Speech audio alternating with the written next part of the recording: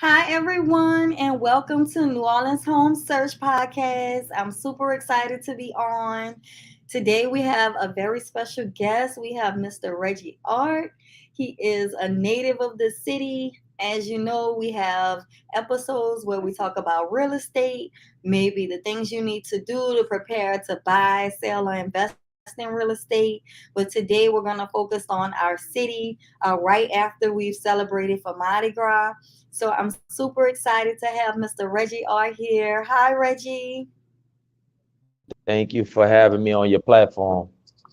I'm excited to have you. And can you just tell everyone who hasn't heard of you exactly who you are and what you do?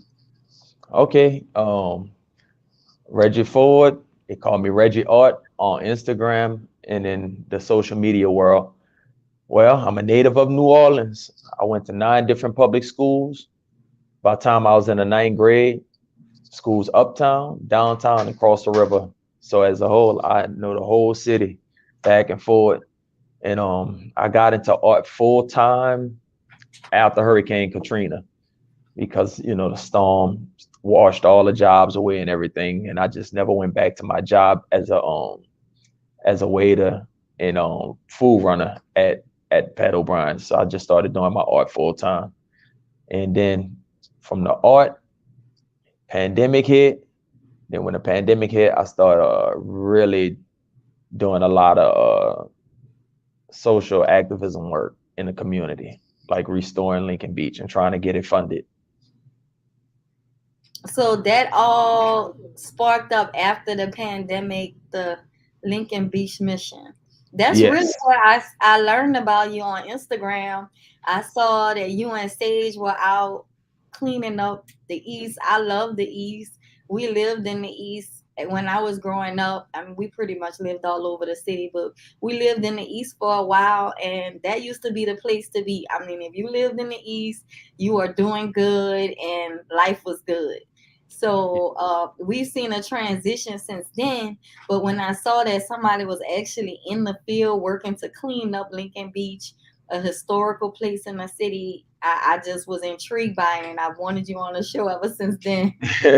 Thank you. So tell me more about that. So Lincoln Beach, right? What is Yeah. Lincoln Beach for those who don't know what it is or have never heard of it? Okay. I first found out about Lincoln Beach when I was 10 years old.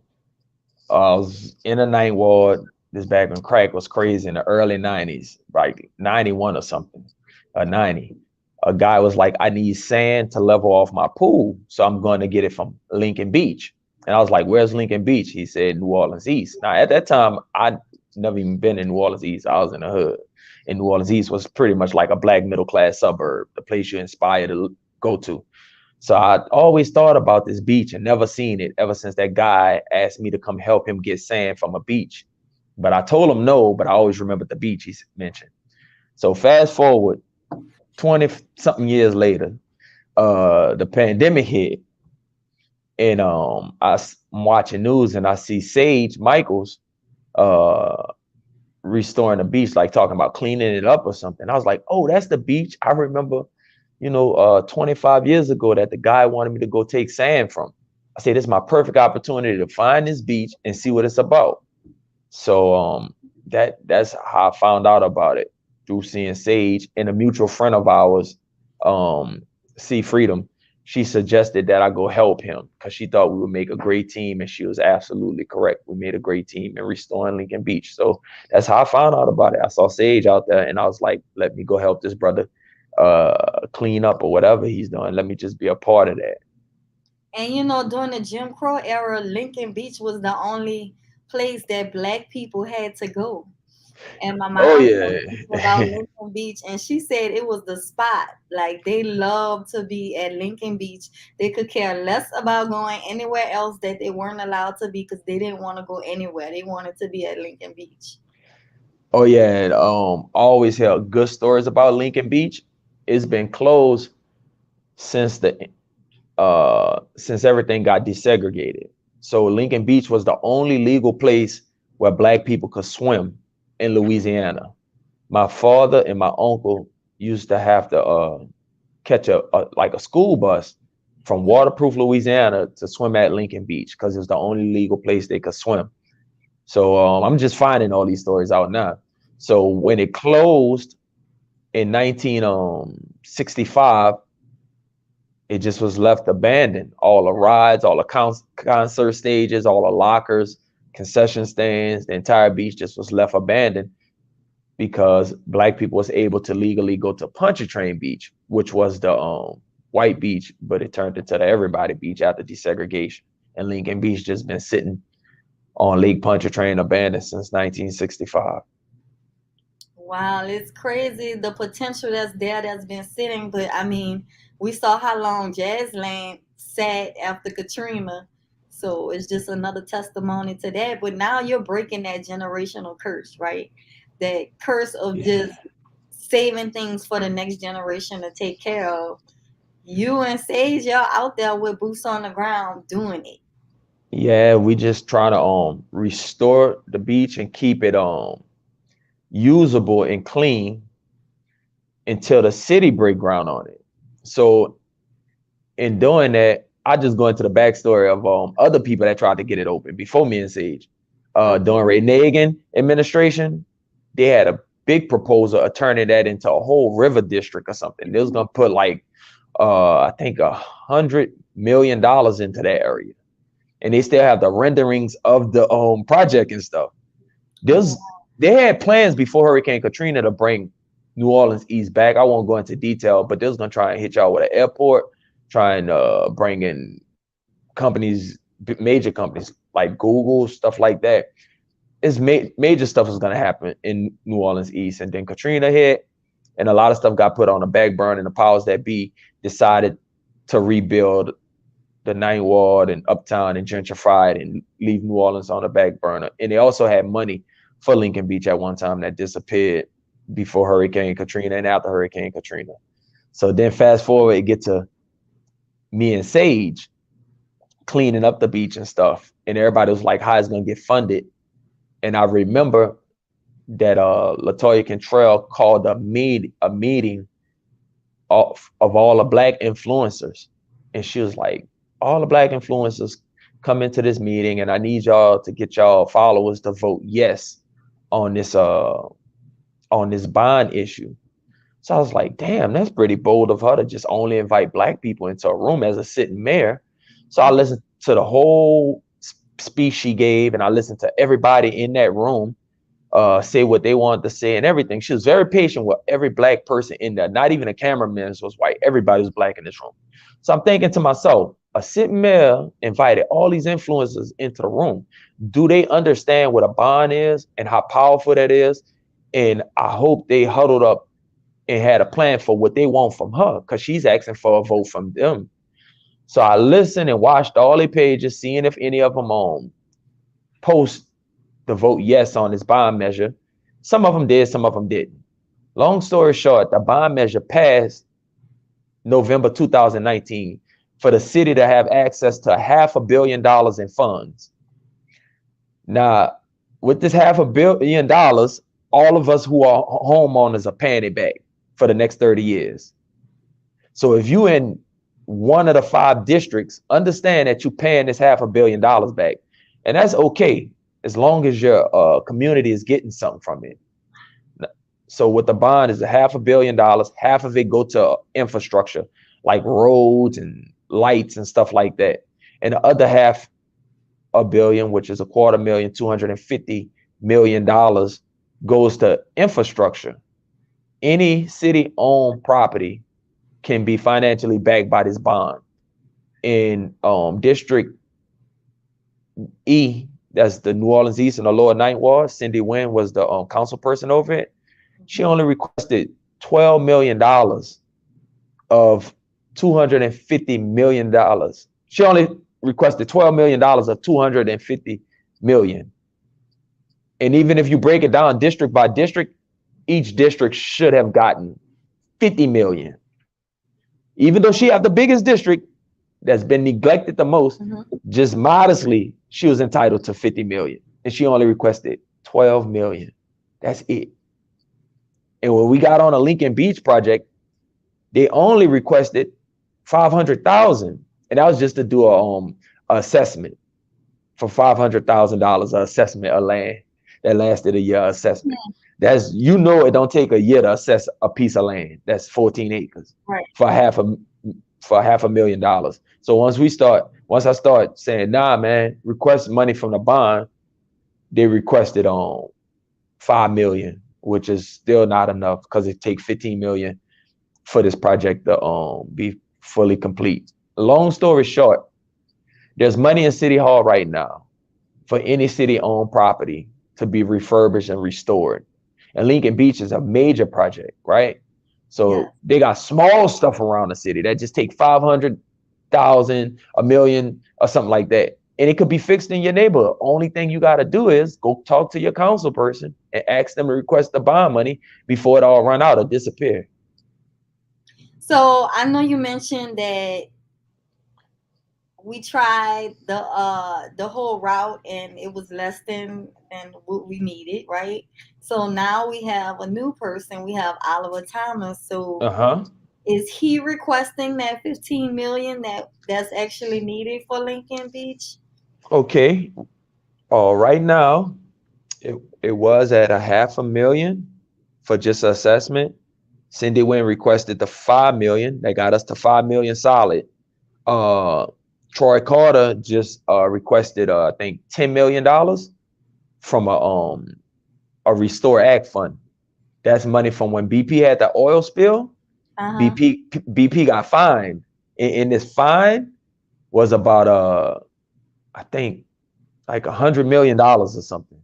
And that $100 million gets shared by all the coastal states: Florida, Alabama, Mississippi, Louisiana, and I don't think Texas not in it. But so right now, Troy Carter requesting 10 million.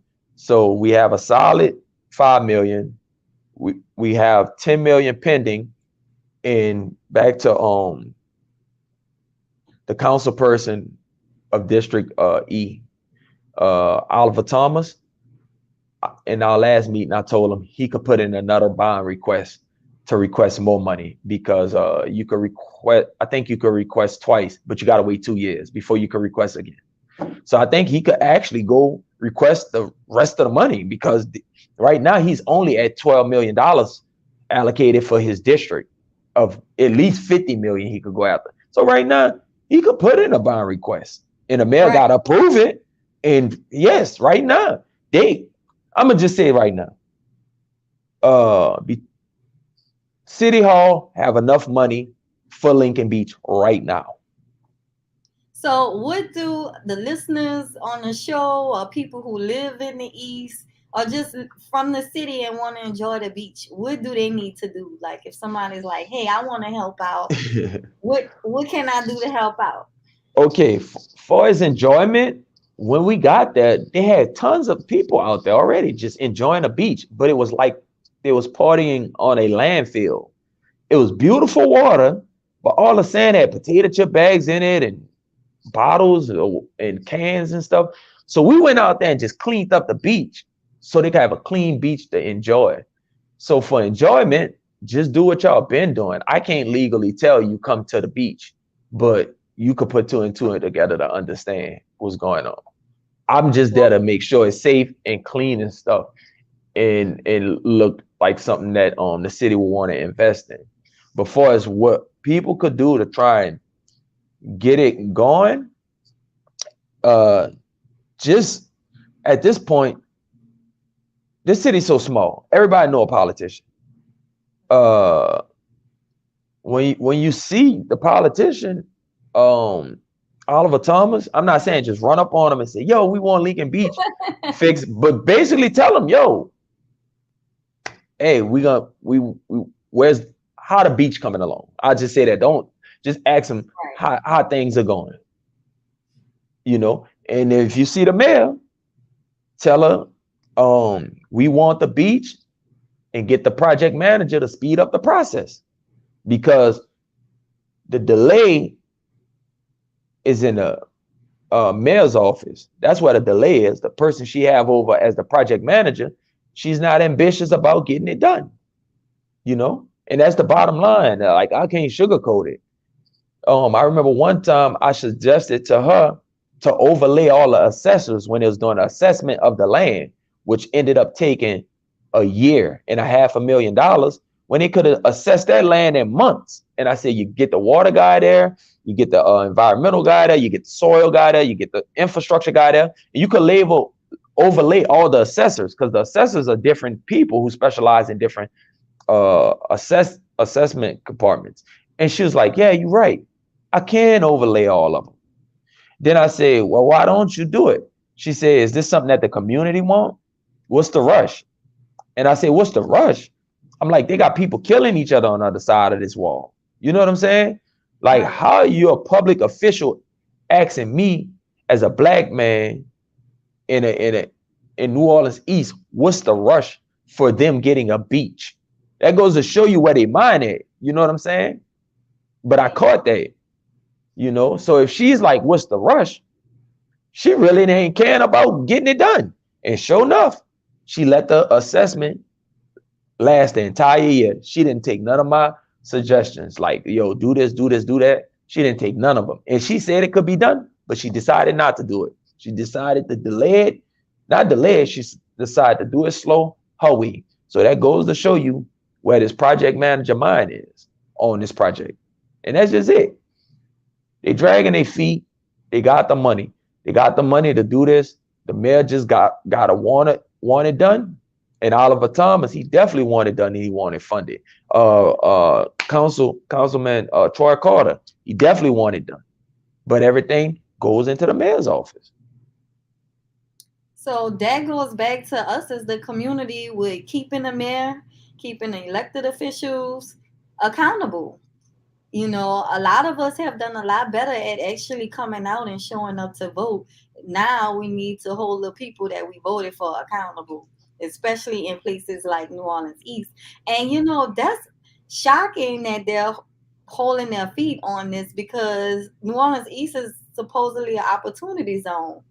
So there's been a lot of, talk about, oh, hey, start a business in New Orleans East or open a business or maybe invest in real estate or invest in somehow in New Orleans East because you're able to take advantage of those tax benefits. So that kind of leads me into the other segment I really want to touch base with you about, which is gentrification. Mm-hmm.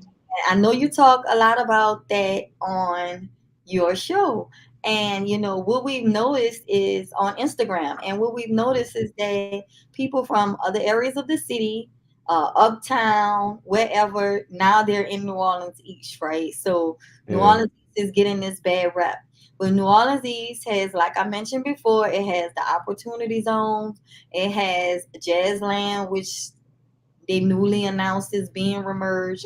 So they has land that's available to be built on and nourished to provide affordable housing for people. So there's definitely a lot of opportunities. And when we Yes. talk about gentrification and people now say, oh, I want to move out the East because the East is too bad. Or, oh, I don't want to buy a house in the East because I don't want to deal with the crime. Okay, well, you may not want to, but somebody else will take advantage of all these opportunities, the opportunities to have land close to not the lakefront, close minutes to downtown, and still be in New Orleans. So there's value there. And, my job and what I really take passion in is allowing people from our community to see where the diamonds in the roughs are. You might not want to live there, but someone else will, and the property value will go up. And again, we won't be the ones benefit from it, or we'll be the renters and not the owners in the community, which is the opposite of taking us to move forward. So I know you can talk about gentrification Yeah, from I your agree. perspective as well. I um, agree. with that whole component. But I really want people to see the value in New Orleans East because others do, and as they have with other areas of the city. I mean, you're from the Bywater. You've seen what's Yes. happening with the Bywater. I mean, it's miraculous. And it's only transcending into the Ninth Ward and other areas that we should have owned a long time ago, and a lot of us are still renting in. So You want to talk more about what your experience has been with the gentrification in the city, Yeah. and where you think gentrification is going with New Orleans East? Okay. This this what happened. If you listening to me, you in your 20s, and you can afford to buy a house in New Orleans East, you should. It's only gonna increase in value. I'm gonna break it down to you. But first, I'm gonna go into how I purchased my home in the Ninth Ward in a Bywater on St. Claude, and now it's worth a half a million after I bought it for 80,000, like 14 years ago. This is how I found out how this worked. I was 10 years old on charters in Poland in the Ninth Ward. My parents were staying in an apartment complex at the time. We was on Section 8, right? So we was Mhm. poor people. But this guy had a shotgun house with boards on it. And I always asked him, yo, why don't you paint your house and stuff? I was real inquisitive when I was a kid and outspoken. I said, why you got your boards on your house and stuff? He said, this whole area is going to be worth tons of money in the future. I said, why? He said, because they're going to run a streetcar line and they're going to build a park along the river. And he told me the warehouses, they're going to tear the warehouses down. He told me this in 1990. I said, how do you know all this? He said, my friend is on a city planning board. So all this been a plan. I found out since Sidney Bartholomew. He the one who came up with the plan of opening up the entire riverfront from uptown all the way to the industrial canal in the Ninth Wall. This plan was hatched in like 1984 or something.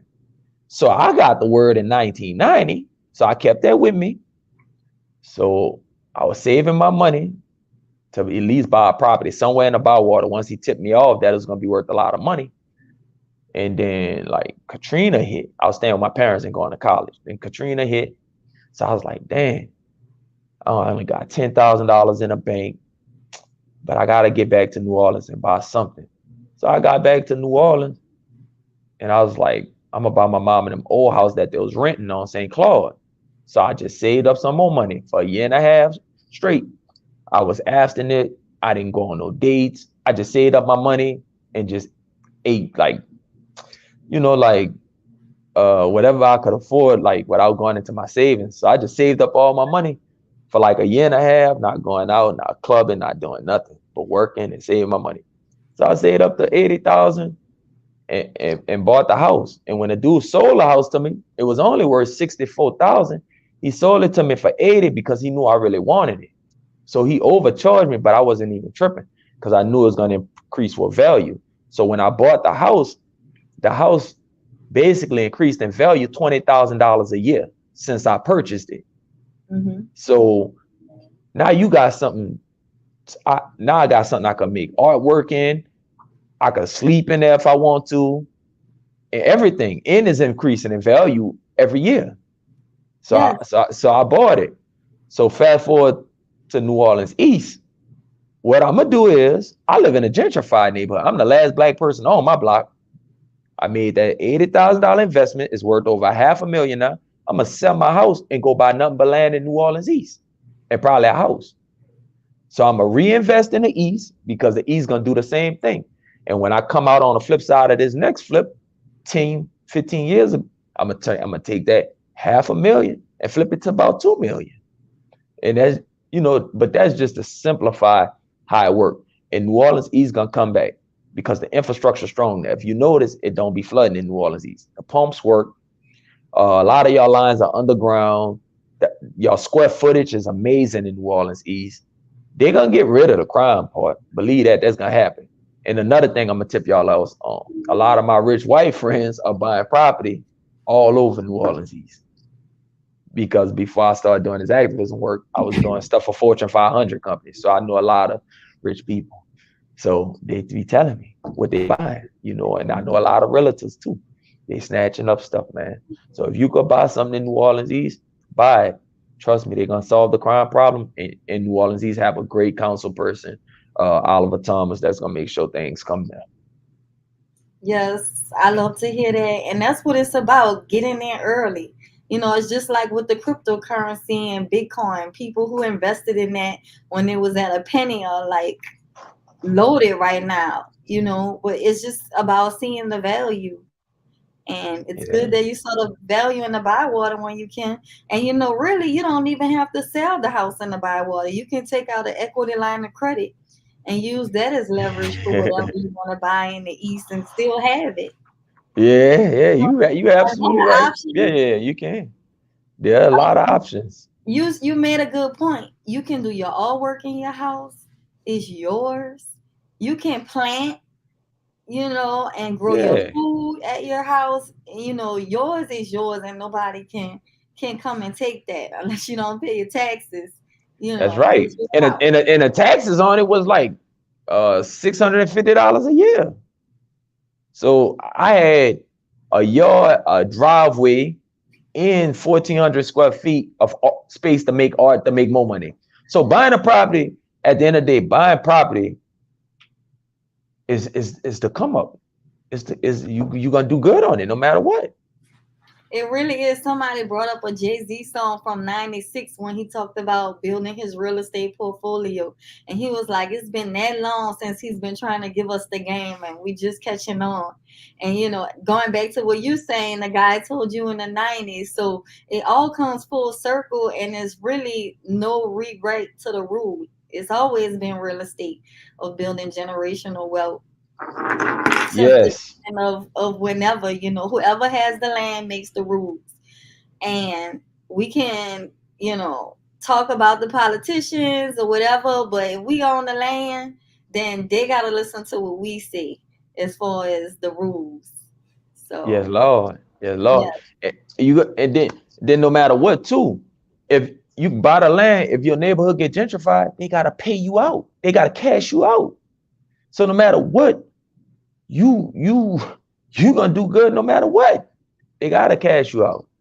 So buying land is is your best bet. I mean, a lot of people like to play with stocks and stuff like that, and go do y'all thing. But I never forget a dude wanted me to put that money into stocks in 2008, and the stock market crashed. I'm talking about crash. I'd have lost my money, but I put it into that real estate. Whew, God bless me. yes, because it's a need. You need a place to live every time, and I've helped people so many times paying rent, and then when they figure out what their mortgage payment is, they're like, man, all this time I could have been paying a mortgage instead of paying rent. Or I've Yes. rented maybe 5 apartments. I could have owned these houses, and start like you said, sacrifice, make that sacrifice. It might take a year. When you're in the process of buying a house, you can't spend any money. And when you get in, No. the bank is looking at those bank statements and they see what you spend money on. So, it's about making that sacrifice, but the big picture is beautiful. Yeah, you'd be set for life off of sacrificing for a year or two. Just sacrifice and get you a piece, some land, or buy you a house, and things are. You'll start understanding America and how you fit into the whole equation of things soon as you do that. I know you talk a lot about your activism, so tell me more about that. Besides Lincoln Beach, what else are you passionate about? Okay, when I was a kid, I was in a well, that's my art life. I was in a young astronauts club and art classes or whatever. But when I was in the ninth grade, I was in like an African studies club. So I was always learning about different countries in Africa and stuff like that. And one of the most life changing moments I ever had was watching Malcolm X movie and just basically telling black men what their position is as a black man in this world. And I just watch how driven he was about finding the truth and correcting his wrongs and stuff once he figured out, like on a dime, not like tomorrow, not next day, just keep on improving on that day. So my activism was like was kind of homed in once I found that, and I always like protected people from bullies and stuff like that. So I was born an activist. But the first gathering I went to with activism was the Gen 6 thing, when Mike Brown got locked up, I think in 2007. This was before social media was big. And we went to Jenna, and when we came back, it was all on news and stuff. Like we didn't have like MySpace was out, but it's for like college people. I didn't even have a MySpace or nothing. Had none of that stuff. So when we came back, we seen how big the Jenna 6 March was. And then I guess about years later in 2014, the Black Lives Matter movement happened. But that started like in Jenna, like wearing all black and the whole theme of it. It started in Jenna, Uh-huh. Louisiana. And then Mike Brown and Trayvon stuff happened down the line. And then it became Black Lives Matter and stuff. So I did the um, Black Lives Matter protests and stuff like that. I met DeRay McCusson back in the day, during 2004 when it was protesting the Elton Sterling killings and stuff in Baton Rouge, and Netta and all the leaders of Black Lives Matter in 2014. But then the recent Black Lives Matter, that's when it became like I would say a for-profit organization. That's a different thing. It's two Black Lives Matter movement. The rating them thing is different than the thing they had once George Floyd got killed. That's when they start monetizing stuff and people's coming in there taking money and misappropriating it. But I still would say, advocate for equal rights for people. But I basically was just born an activist. Always wanted to own whatever I had. Always was into say no to drugs, say no to alcohol, and you know, just clean Yeah, living. I love Yeah, that. And I yeah, love that you become such a major influence online, even though you're just getting into it. You know, we all really are learning yeah. as we go in this social age, but it's nice to have someone with substance influencing our community versus just want to entertain or have a good time and not really focus on the things that really matter to us in our future. So I want you to know I really appreciate you doing that. Oh, no And we're about problem. to close up. So anything you want to leave our listeners with?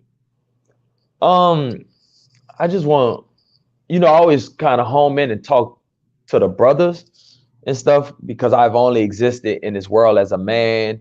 So I not try not to be too pushy on what women should be doing and how to guide women. But only thing I can say to my brothers, man, try and sober up, man. Try and not use so many these trappings they have out y'all with the cigarettes and the liquor and the weed, even though weed medicine, stop abusing it. You know what I'm saying? And just clear your minds up. And of course, get off hard drugs if you on them. Just clear your mind, and all the answers gonna come to you. All the energy gonna come to you. You're gonna be able to do whatever you put your mind to once you do those things. The world won't be so confusing. You're gonna become a stronger man spiritually and physically. I promise you. So just clear all that up and try and get back on task. And most importantly, buy you a house, man. And then start your family or something. It's just that simple. It ain't too complicated. Keep it simple. Yeah, Nice. most def, most Okay, def. Reggie. Well, we definitely gonna have you on again. Any support that you need from me to make Lincoln Beach a reality, I'm here for it. Um, this the best support right here. If you're seeing this video, y'all share it. Just share, share, share. Knowledge is power. There's tax dollars in City Hall right now for y'all to get whatever y'all need funded. Y'all just got to start understanding the basic local politics. They got the money there, and they're not ambitious about fixing your problems. You have to be ambitious about fixing your problems, and that's why I'm involved in the community right now. Let's get together. Let's figure out ways that we can spend this money that's available to us because we paying for it anyway. And let's get it going. Thank you guys for joining New Orleans Home Search Podcast. I appreciate you every time for listening. Encourage you to share. Go follow Reggie Art on Instagram and contact me if you're interested in buying, selling, or investing in real estate.